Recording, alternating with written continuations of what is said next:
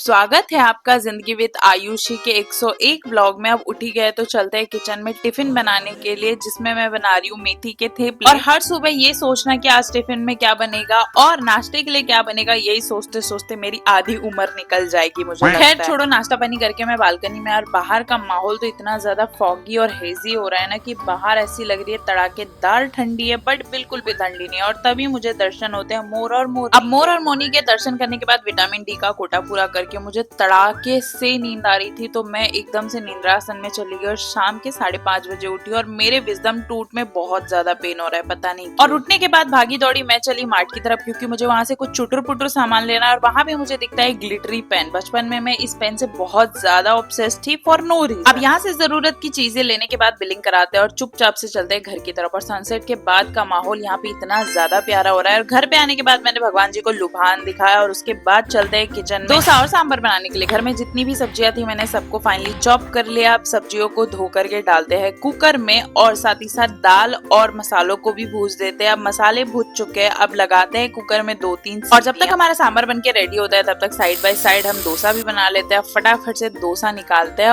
और चलते हैं खाने के लिए। और मैं तुम लोगों को बता रही हूँ, मुझसे टेस्टी सांभर कोई नहीं बना सकता, क्योंकि मैं मास्टर शेफ बन चुकी हूँ सांभर बनाने में।